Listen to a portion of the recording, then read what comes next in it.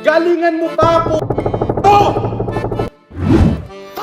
Strong Igorot at work! Kayo ang mga tunay na demonyo! Panginoon ako dun. Oo.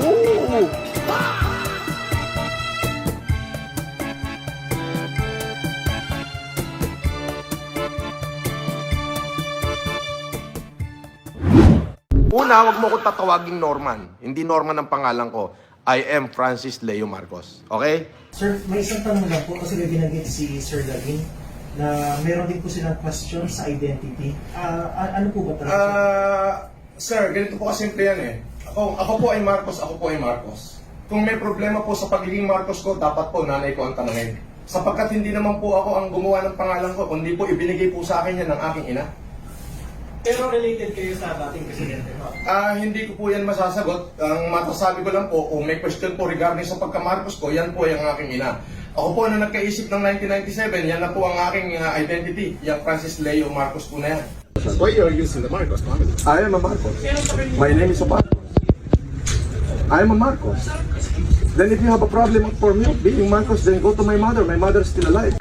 Another issue is Norman Mangusin and Francis Leo Marcos. They asked if it is the same person. I said yes. I was once Norman Mangusin and I am Francis Leo Marcos. This is the story. I know myself I am Norman.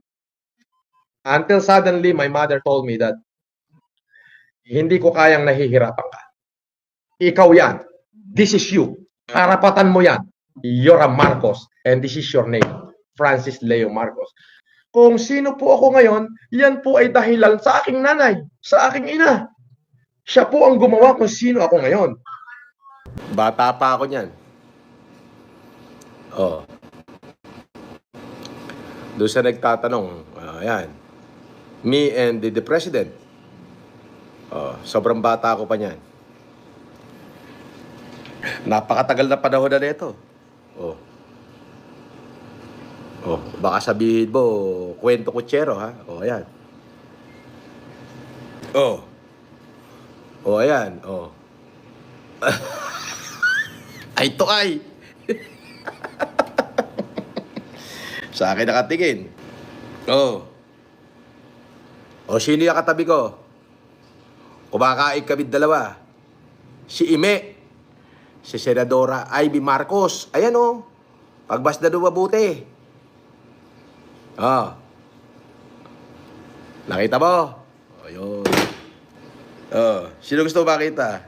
Si former First Lady. Oh. Ayan o. Oh. Oh. Sino pa? Sino gusto mo makita? Gusto mo makita yung tiyahin ko? Oh, ito. Gusto mo makita? Nasa ospital yung tiyahin ko. Kilala mo ba yan? Hindi mo yan kilala. Yan si Fortuna Marcos Barba. Oh, ayan oh. Nasa ospital. Eh, sino ako para patawag ako sa ospital? Ayan, lumabas sa Manila Bulletin nung nagkaroon ng monsoon sa Pasay. Ayan. Eh, 15 years ago na ito. Itong litrato na to. Ayan. Kasama ko yung auntie ko. Namigay kami ng bigas. Boss, your name is not Francis Leo. Wow. Eh, ano pala? Ano pala pangalan ko? May court order ba yung pinagsasasabi mo? Pag walang court order yan, hearsay yan. Dapat may court order. Pag hindi korte nagsabi, ibig sabihin yan, hearsay. Alam mo ibig sabihin ng hearsay? Kwentong kutsero, walang probative value, wala lahat. Di ba? Bakit cancel na daw yung FLM sa PSA, boss? Sino may sabi?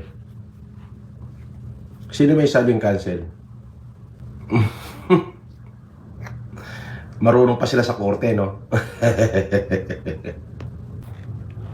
Korte ba may sabi o sila-sila lang? Only the court can decide and only the court can say so. Now, if the court says so, then who am I to refuse?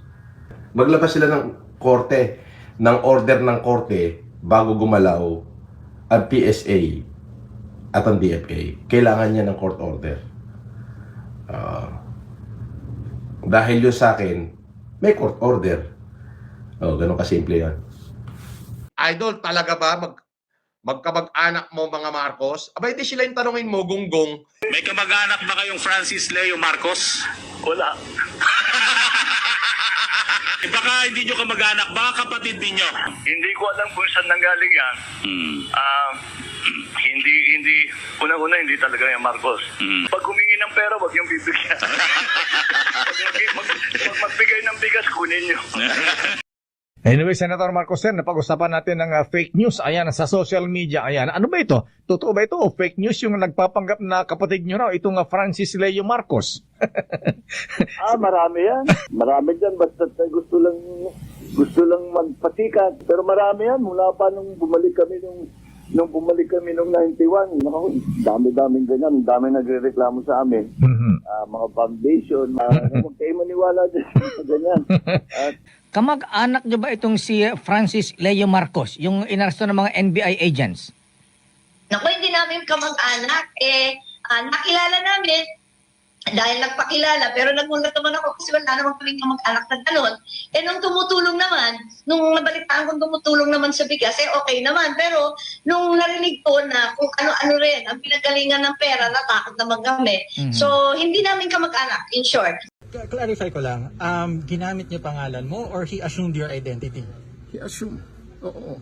Tapos, ang ginagamit niya lagi is Marcos. Pero, yung kanyang personalidad, never. Talaga na wala siyang ni katiting na dugong Marcos. Ay wala. How can you say that? Kiniklaim niya nanay daw niya? Yes, it's because lahat, no? Lahat. Last 2007, no?